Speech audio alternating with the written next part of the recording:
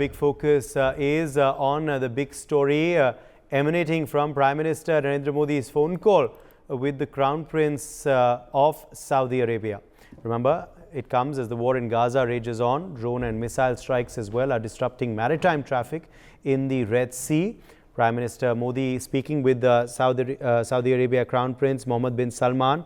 As per a tweet by PM, the two leaders agreed to work together for peace, security and stability in the West Asia region.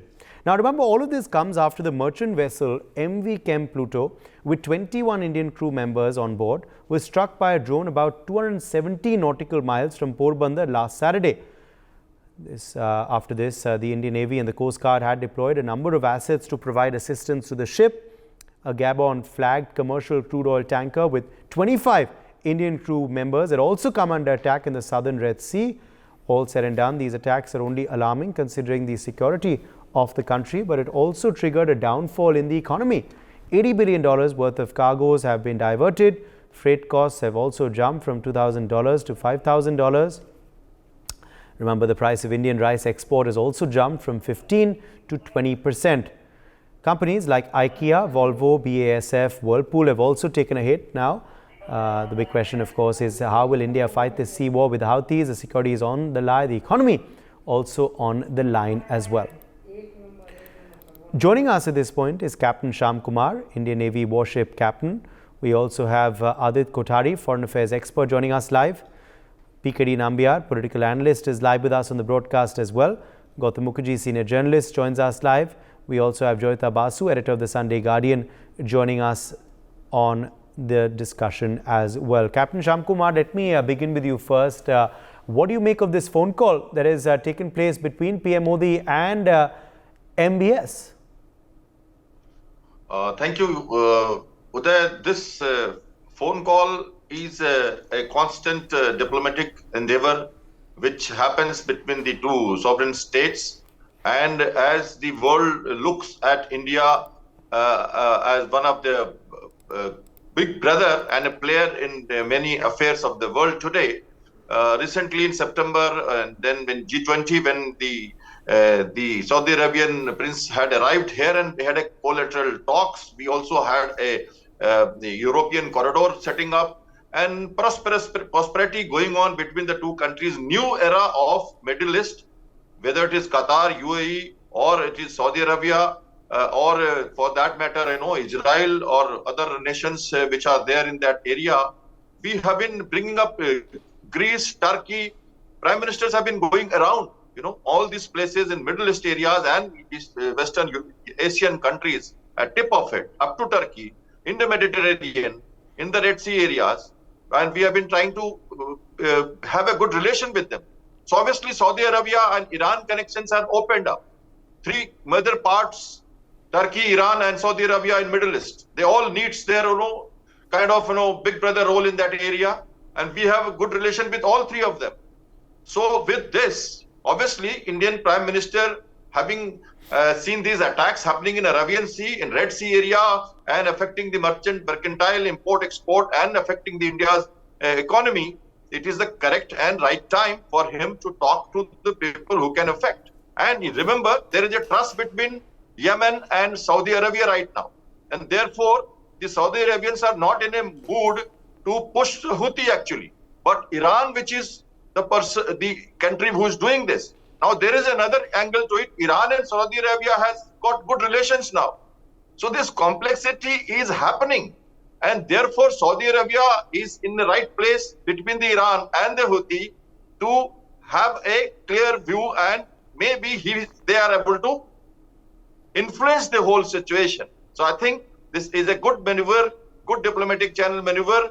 Militarily, silent maneuvers, all other channels are being used to protect our interests in the region and keep our ships safe. Our naval ships are around.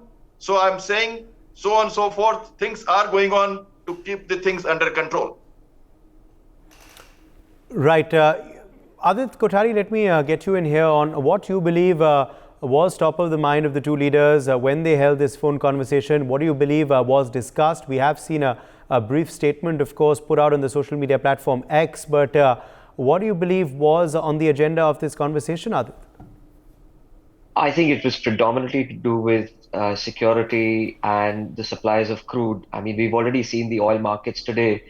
They've jumped up about 2% as a consequence of whatever the attacks have taken place. So so it's going to send down a lot of fishes across number of industries, because you're not only looking at crude oil prices, but you're looking at what India exports to Saudi and the Middle East corridor.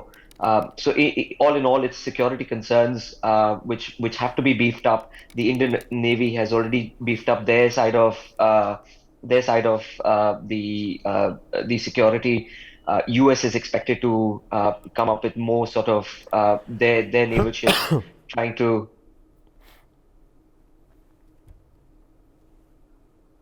Sorry, you there? Yes, Adit, can you hear me? Yes, I can. I thought we Sorry, lost you. Yes, go ahead. Yeah, so it's predominantly security issues, and also apart from that, the humanitarian aid issue in Gaza, the living conditions of the people of Gaza, who are living in absolutely despicable situations at this point. So namely those two issues. Yes, speaking in Nambiar, now, this conversation was also important because of what we've been seeing in particular, in the West Asia region. And obviously, there is a need for synergy between the two nations, isn't it? The Saudis and India, on how to work together to mitigate the risks posed by, elements like the Houthis and others that we've seen, crop up and become suddenly very aggressive in the last 3-4 weeks in particular. Well, Uday, we all know that West Asia is a very, very important place for India. One, it is very close to us. Secondly, that a large number of people from Indians are working in this area, in this region specifically, whether it is Saudi, whether it is the UAE, or even including Israel and Palestine. So I think it has got a very significant thing from the point of view of India. Second part is that it is not just about that typical commercial trade route of the Red Sea, but also from the point of view of a large amount of the West Asian countries are quite dependent on us from the point of view of the rice, the pulses. Some of these stuffs are predominantly we export to these countries. They are fully dependent. We know that even Iran and all, we are exchanging between the oil. They give us the oil and we give them the rice. That's the kind of structure which we have in these countries. I think, and most importantly, whether it is Saudi Arabia and India, both are very prominent nations which has got a huge interest in these region, needs to really work together. That could be the only the talking between two. And we all know that the comradeship both Narendra Modi and Crown Prince of Saudi Arabia has got together. They get along very well. They meet quite often on international platforms. I think they are talking to each other. Saudi has got, for an example, in many other some of these Houthis and many of those areas wherein they have a huge influence. They will be able to ensure that our commercial ships are being sailed through properly, and there is a larger interest. I mean, of course, we all know that even Israel is a very good friend of us. So it's in the interest of the humanity at large, and the world leaders, when they talk to each other, they will always look at some kind of result out of it.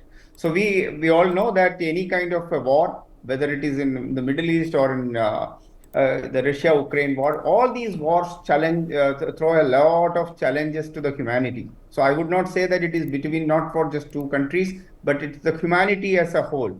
So commercial, the life of people, how these people get disreached completely from their own places.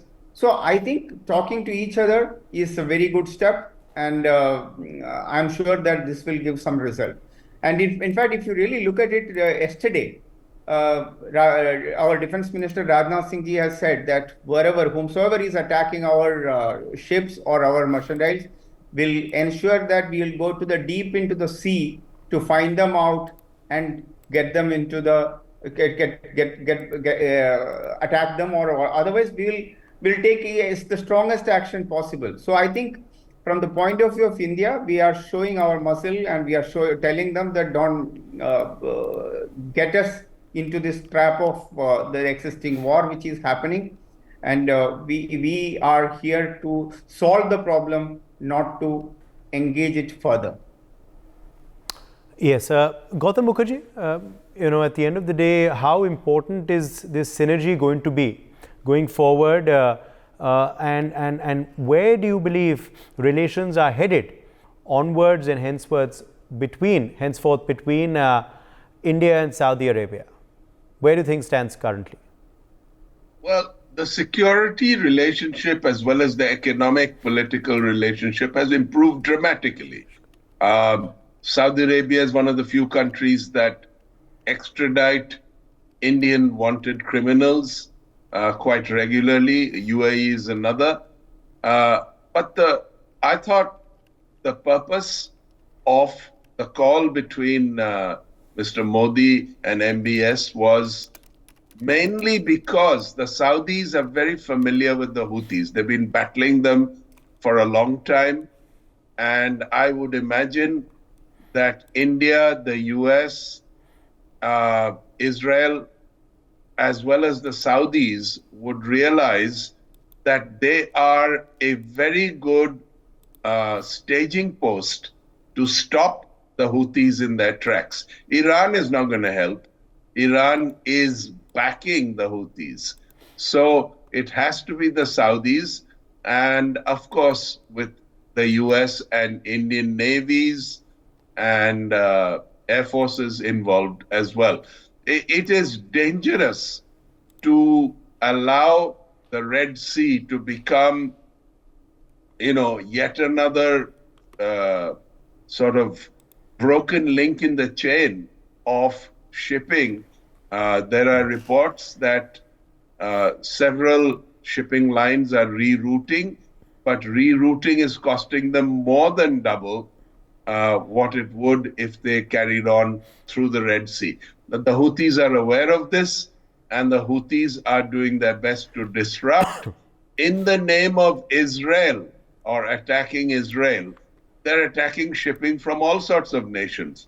So this is interfering with the whole business of freedom of the seas in a similar way to what was happening in the South China Sea, is happening in the South China Seas, the Straits of Taiwan, and so on. So I think it's a very wise move to get together with Saudi Arabia, who are at the theater, and do something about it on a more, if you like, a more aggressive basis to stop the Houthis. Because the Houthis would like to expand this and make that a war zone. We cannot afford it, neither can most of the world's shipping, and particularly the countries I've mentioned so far. Uday. Yes, let me in fact take that across to Joyita Basu as well. Joyita, now, which of the circumstances do you believe would have spurred this conversation in the first place? Is it the attack that we've seen on MV Chem Pluto? Is it the fact that a Gabon-based commercial crude oil tanker also came under attack in the southern Red Sea? Is it the threat that has come from the Houthis? Is it the economic impact that has been taking place as a result of the conflict? What do you believe was weighing heavy on the minds of the two leaders, which spurred this conversation in the first place? And just take us through the geopolitical environment on the basis of which the dialogue would have happened. Well, first of all, let's not forget that earlier in September this year, India, they were all part of that IMEC, signing of the IMEC corridor. that India, Middle East, Europe corridor. So right now, the corridor is non-functioning from when you're going towards Middle East. It is non-functioning in Israel right now because of the problems that are happening in terms of the Israel's relationship with the Arab countries. But the India-Saudi Arabia part, India-Middle East part is functioning. It is possible to function. I mean, the thing has not yet been implemented as part of the corridor. But the thing is that, so work on that can go on. So I would believe, I would like to believe that IMEC was on the top of the mind of the two leaders when they had this conversation. Let's also not forget that India saw the relations. There are so many things that they can talk about, from the people who are there they're Indians who are working there. And apart from the fact that Saudi also is interested in things like, say, for example, India, I think they have got some interest in IPL. So India-Saudi relations, they have been kind of growing stronger over the years, and especially under MBS. Because MBS is a very forward-looking man, however much the demonization that has taken place of him by the Western media in particular, and also by Joe Biden. So in spite of that, MBS is a very forward-looking man. All he's interested in is prosperity of Saudi Arabia. He is looking at a situation, at a future when there is no oil and what can happen. He is talking in terms of software development. There is this topic of this NEOM city that they are talking about. So in all this, India and Saudi Arabia can be very closely aligned. So all these things are of course there. And yes, then of course the safety of the shipping lanes, because if it is true that Iran is trying to hold that area hostage through the Houthis, then it's definitely a problem for all the countries. And it is, in fact, even China gets affected because of that, because most of the ships, they come through that lane. So the thing is, this is definitely a problem. Now, if this is taken as a retaliation to what Israel is doing in Gaza, well, it's a different matter. This whole Middle East, the Arab world, everybody seems to have forgotten it. The whole thing was started by the Hamas. The thing is that if we are going to take this as a retaliation for that and attempt to spread the conflict into also the Arabian Sea and of course Indian Ocean areas and all, so what happens then? You see, everybody gets involved. So let us hope things do not come to such a pass, because I don't think, or at least many experts do not think that these attacks are directed at vessels that are Indian, because these vessels do not carry Indian flags. But yes, one attack has taken place near the coast of India, so that is definitely a problem. Iran has denied it, by the way.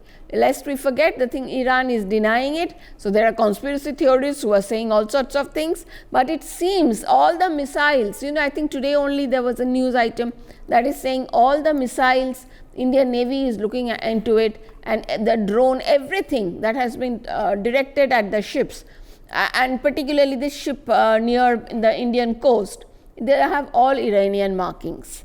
So Iran also has some explaining to do, but it serves Iran's purpose to try and disrupt and basically reposition itself to show its importance in the geopolitical area of what is happening in West Asia. So yes, it is, let's see. I think the US is also getting into it, trying to secure the sea lanes. India will have to ensure the security of its own vessels. And of course, Indians work in so many, world over they are working. So many Indians are on all these foreign flag carrying vessels.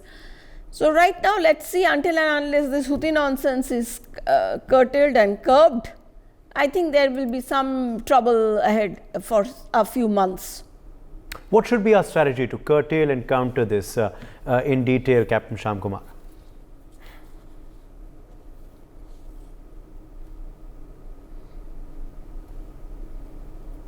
Doing our job, our defense minister had said in no uncertain words yesterday during commissioning of INS Imphal, the largest destroyer of 7,600 tonnage, which is going to show the military might of the Navy at Arabian Sea and Indian Ocean.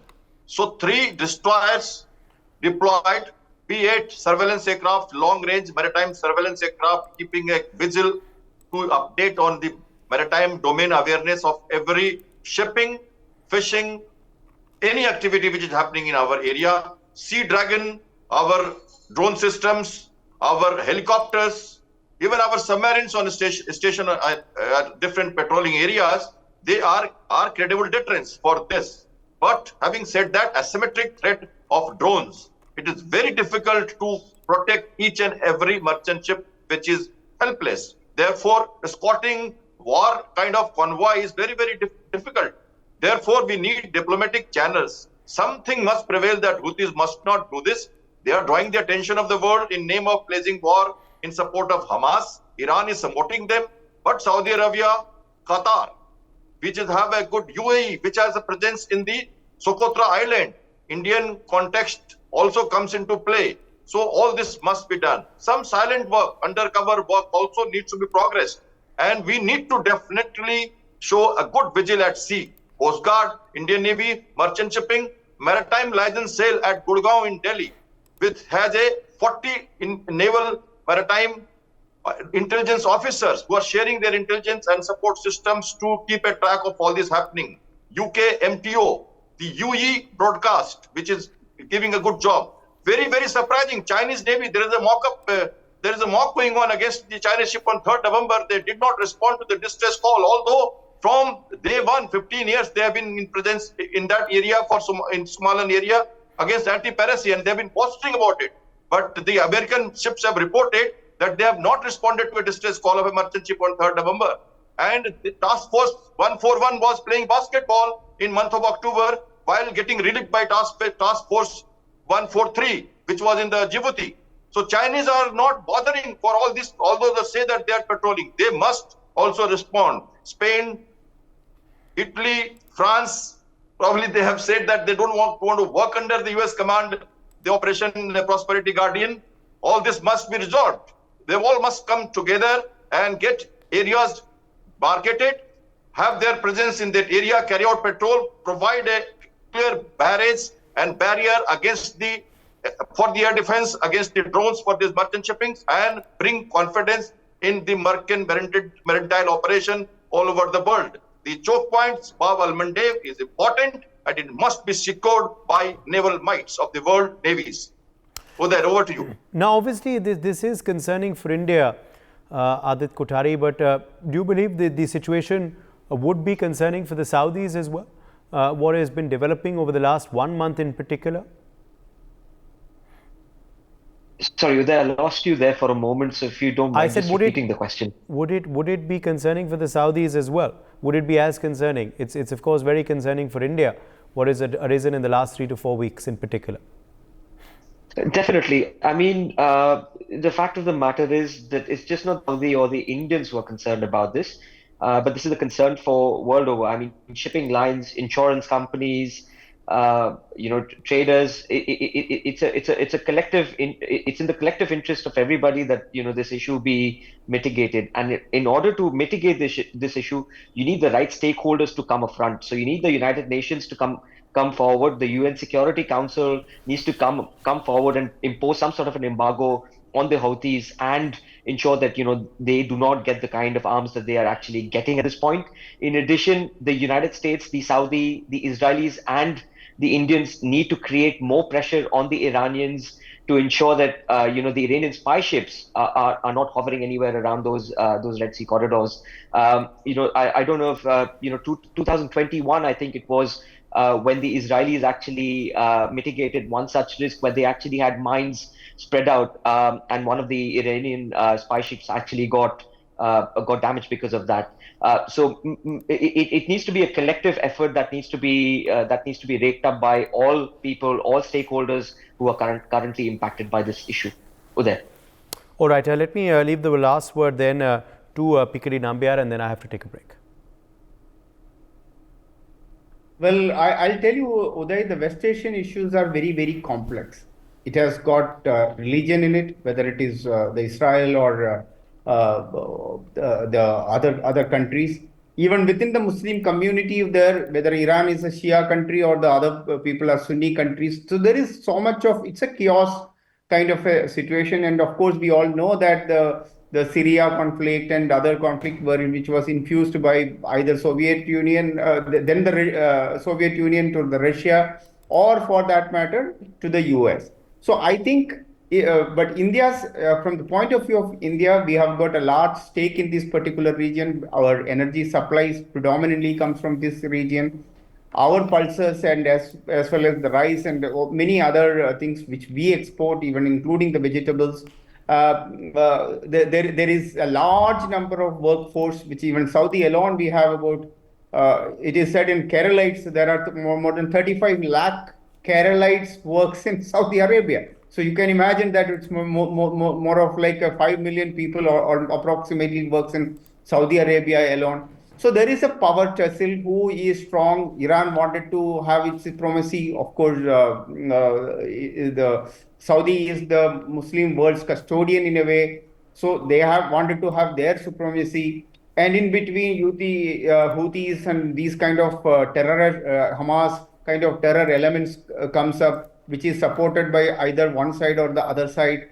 So I think this requires to have, this is not going to be a short solution by any word, but I think our commercial ships, our safety and security of our ships, not only our ships or the international, the shipping and the logistics should not be hampered. I think for that, such kind of a talks is very, very important. And India's Prime Minister calling, but he gives a very large message to the world altogether. Absolutely. My thanks to all of our guests for joining us. For more such videos, subscribe to the NewsX YouTube channel, hit the bell icon.